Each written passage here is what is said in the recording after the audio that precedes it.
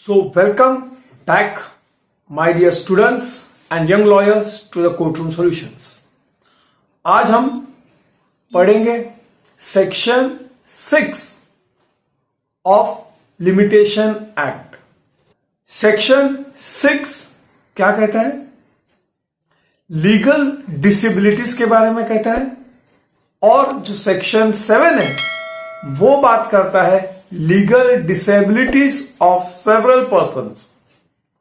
तो in section को deep में जानने से पहले हम जानेंगे कि लीगल डिसेबिलिटीज का मीनिंग क्या होता है. फिजिकल डिसेबिलिटी तो समझ में आ जाता है, मेंटल डिसेबिलिटी समझ में आ जाता है, लेकिन लीगल डिसेबिलिटी क्या होता है?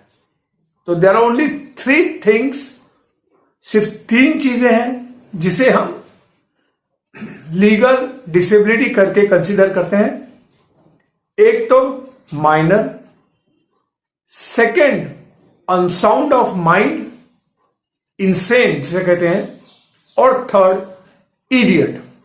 अगर ये 3 कंडीशंस हैं तो ही ये कंडीशंस लीगल डिसेबिलिटी करके मानी जाएगी under section 6 and section 7 of the limitation act. Hope इतना आपको क्लियर हो चुका है लीगल डिसेबिलिटी का मीनिंग क्या है. The next important point is that the section 6 and section 7 of limitation act is applicable only to suits and the degree of execution. ये 2 चीजों पे ही ये एप्लीकेबल है. It is not applicable on appeals and it is not applicable on applications. Hope इतना concept आपको clear हो चुका है. नेक्स्ट पॉइंट आता है कि अगर जब भी प्रिस्क्राइब्ड पीरियड आपका रिकॉर्ड करना है, यानी जब भी आपका लिमिटेशन का प्रिस्क्राइब पीरियड चालू होता है, और उस वक्त एक याद रखना, section 6 and section 7 is only applicable for plaintiff. जो प्लेंटिफ है वही सूट फाइल करेगा, और जो प्लेंटिफ है वही एक्सिक्यूशन फॉर डिक्री फाइल करेगा. तो सूट किसी भी चीज के लिए एक कंसिडर करते हैं रिकवरी सूट, जिसका लिमिटेशन पीरियड है 3 साल फॉर रिकवरी ऑफ मनी. 3 साल के अंदर आपको सूट फाइल करना है. And in case of execution the period of limitation is 12 years. तो एक्सिक्यूशन की डिक्री का अगर आपको एक्सिक्यूशन करना है तो 12 साल के अंदर आपको एप्लीकेशन फाइल करना होएगा. ये 2 चीज में इतना कंसेप्ट आपको क्लियर हो चुका है. अब आगे बढ़ते हैं. अगर जिस दिन लिमिटेशन पीरियड चालू होता है, समझो सूट फॉर रिकवरी है, उस वक्त कंसिडर किया था 2000 में मैंने पैसा लिया है, 2000 में मुझे देना था 31 दिसंबर को, मैंने पैसा नहीं दिया, तो आपका लिमिटेशन पीरियड चालू होता है 1 जनवरी 2001 से. तो आपका पीरियड है 2001 से 2003 के बीच. ये प्रिस्क्राइब्ड पीरियड है आपका लिमिटेशन का. इसके बीच आपको अपना सूट फाइल करना है फॉर रिकवरी ऑफ मनी. लेकिन आप नहीं करते हो, या तो उस वक्त इस पीरियड चालू होने के पहले, मतलब 2001 जब आपका डेट चालू होता है, उस वक्त जो प्लेंटिफ है वो माइनर है, इंसेन है, या तो वो इडियट है, तो वो 3 साल का पीरियड आपका एक्सटेंड किया जाएगा. कब तक? जब तक आप माइनर से आप मेजर नहीं हो जाते हो. दूसरी बात, जब से आप इंसेन से नॉर्मल नहीं हो जाते हो, और आपका जो इडियसी है वो फिनिश नहीं होता है, उस दिन से आपका पीरियड ऑफ लिमिटेशन स्टार्ट होएगा. This is the basic concept of section 6 of limitation act. एक अलग सिचुएशन आता है. अब तक हमने सीखा था a person is suffering from a single disability. अब हम सीखेंगे, सिचुएशन में देखेंगे कि अगर एक पर्सन 2 लीगल डिसेबिलिटी से अफेक्ट होता है तो क्या होएगा. समझो, हमने एग्जांपल लिया था रिकवरी ऑफ मनी का, उसके अंदर प्लेंटिफ था 31 दिसंबर 2000 में वो था माइनर, मेजर कब हो रहा है 2005 में, तो उसका लिमिटेशन पीरियड कब चालू होगा 2005 के बाद 3 साल का लिमिटेशन पीरियड रहेगा उसके पास। 2008 तक वो सूट फाइल कर सकता है फॉर रिकवरी ऑफ मनी। अब एक कंडीशन ऐसा आता है कि वो 2000 में तो माइनर था, 2005 में मेजर होने के पहले उसे दूसरी लीगल डिसेबिलिटी हो गई, यानी कि वो मेजर होने के पहले इंसेन हो गया, तब क्या होगा? तो उसका लिमिटेशन पीरियड तो हम जिस तरह से पहले बात किए थे 2005 में स्टार्ट होना चाहिए, लेकिन 2005 के पहले वो इंसेन हो गया, तो अब उसका प्रिस्क्राइब पीरियड कब चालू होगा? जब वो दूसरी लीगल डिसेबिलिटी है उसकी वो सीज होगी, वो खत्म होगी, उसके बाद उसकी प्रिस्क्राइब पीरियड स्टार्ट होगी।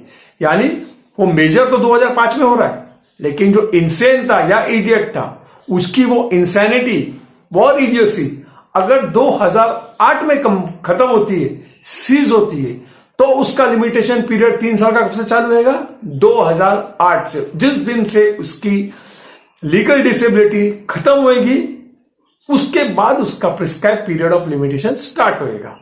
Hope till now it is clear to you. तो अब हम बात करेंगे सेक्शन 6 के सब सेक्शन 3 की, जो बात करता है जो पार्टी या प्लेंटिफ है ड्यूरिंग द लीगल डिसेबिलिटी, अगर वो गुजर जाता है तो उसकी मौत हो जाती है ड्यूरिंग द लीगल डिसेबिलिटी। समझो, अगर वो माइनर है, मेजर होने के पहले अगर गुजर जाता है, अगर वो इडियट है, इडियोसी खत्म होने के पहले गुजर जाता है, या तो वो इंसेन है और ड्यूरिंग द इंसेनिटी उसकी डेथ हो जाती है, तो क्या होएगा? इन सिचुएशन में उसके जो लीगल रिप्रेजेंटेटिव्स है उनके पास कितना टाइम रहेगा? वही प्रिस्क्राइब पीरियड ऑफ 3 इयर्स। जिस दिन से वो गुजर गया उसके लीगल रिप्रेजेंटेटिव आते हैं, उनके पास भी वही 3 साल का पीरियड रहेगा। रिकवरी है तो 3 साल, और अगर एग्जीक्यूशन ऑफ डिक्री है तो 12 साल। उनके पास भी जो पीरियड ऑफ लिमिटेशन उसको मिल रहा था प्रिस्क्राइब पीरियड के अंदर, जो प्लेंटिफ को मिल रहा था, वही उसके लीगल रिप्रेजेंटेटिव्स को मिलेंगे। This is and second situation of section 6 sub section 3। Section 6 का सब सेक्शन 4 एक अलग सिचुएशन के बारे में बात करता है। सेक्शन 6 के सब सेक्शन 3 में हम क्या पढ़े थे? जो पार्टी है वो बिफोर द लीगल डिसेबिलिटी उसकी मौत हो जाती है, उस वक्त जो प्रिस्क्राइब पीरियड ऑफ लिमिटेशन कितना रहेगा उसको जो मिलेगा वो उसके लीगल रिप्रेजेंटेटिव को भी मिलने वाला है। लेकिन अब सिचुएशन ऐसा आता है कि पार्टी तो गुजर गया, उसका जो लीगल रिप्रेजेंटेटिव है वो भी किसी ना किसी एट दैट टाइम किसी ना किसी तरह के लीगल डिसेबिलिटी सफर कर रहा है, यानी समझो इंसेन है या इडियट है, तो उसके लिए पीरियड ऑफ लिमिटेशन कब चालू होएगा? जिस दिन वो उसका लीगल रिप्रेजेंटेटिव अपने लीगल डिसेबिलिटी उसकी सीज होगी या खत्म होगी, उस दिन से उसके पास भी वही पीरियड ऑफ लिमिटेशन रहेगा जो कि ओरिजिनल पार्टी को था। यानी उसके पास भी जिस दिन वो सेन होएगा या जिस दिन उसकी इडियोसी खत्म होगी, उस दिन से रिकवरी के लिए हम एग्जांपल दिए थे, इसलिए रिकवरी में उसके पास भी 3 साल रहेंगे, और एग्जीक्यूशन ऑफ डिक्री के लिए भी उसके पास वही 12 साल प्रिस्क्राइब पीरियड जो ओरिजिनल पार्टी को मिल रहा था वो उसको मिलेगा। This is about section 6 sub section 4। Section 6 का सब सेक्शन 5 बहुत ही इंपॉर्टेंट सेक्शन है। इसमें हमने बात किया है कि जो पार्टी है उसका लीगल डिसेबिलिटी खत्म हो गया है, वो नॉर्मल हो गया है, और उसके बाद बिफोर इंस्टीट्यूटिंग द सूट या फॉर एग्जीक्यूशन ऑफ डिक्री के पहले वो गुजर जाता है। याद रखना, लीगल डिसेबिलिटी खत्म हो गई है, उस दिन से उसका प्रिस्क्राइब पीरियड स्टार्ट हो गया है, उसके बाद वो गुजर जाता है। तो उसके जो लीगल रिप्रेजेंटेटिव रहेंगे उनके पास भी उतना ही पीरियड अवेलेबल रहेगा टू फाइल अ सूट और application for execution of decree, जितना कि उस पार्टी के पास था।